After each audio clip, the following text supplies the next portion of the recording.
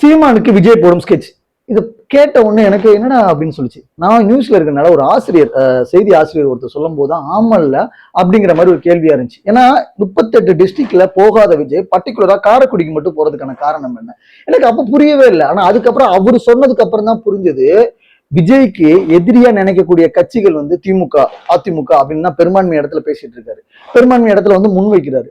ஆனா அவர் பர்டிகுலரா காரைக்குடிக்காரன போறதுக்கான காரணம் என்ன அப்படின்னா, நாம் தமிழர் கட்சியை போட்டியா நினைக்கிறாரா இல்லையான்னு தெரியல. ஆனா பர்டிகுலரா சீமான போட்டியா நினைக்கிறாரு அப்படிங்கிறது அந்த இடத்துல தெரிய வந்துச்சு.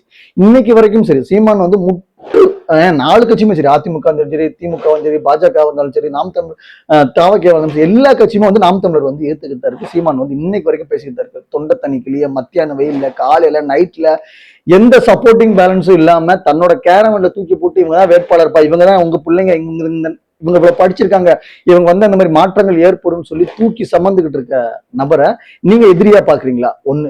ரெண்டாவது வந்து முக்கியமா சொல்லக்கூடிய பரந்தூர் மாதிரி அவ்வளவு பெரிய பிரச்சனைகள் இருக்கிற எவ்வளவு மாவட்டங்கள் இன்னைக்கு வரைக்கும் இருக்கு.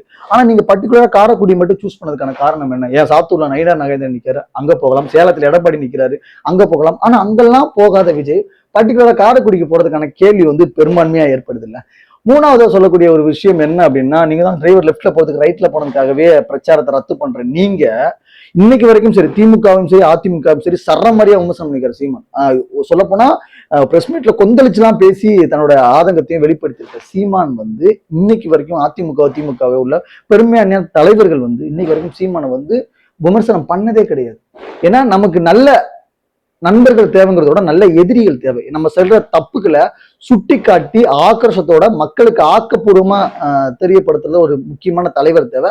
அந்த தலைவர் தேவைனால்தான் இன்னைக்கு வரைக்கும் பிரச்சாரத்துல, இன்னைக்கு டேட் வரைக்கும் திமுகவும் சரி, அதிமுகவும் சரி, பாஜகவும் சரி, பெரும்பான்மை கட்சிகள் ஏன் உங்களை தாவேக்காவை விமர்சனம் பண்ற அளவுக்கு நாம் தமிழரை விமர்சனம் பண்ணல.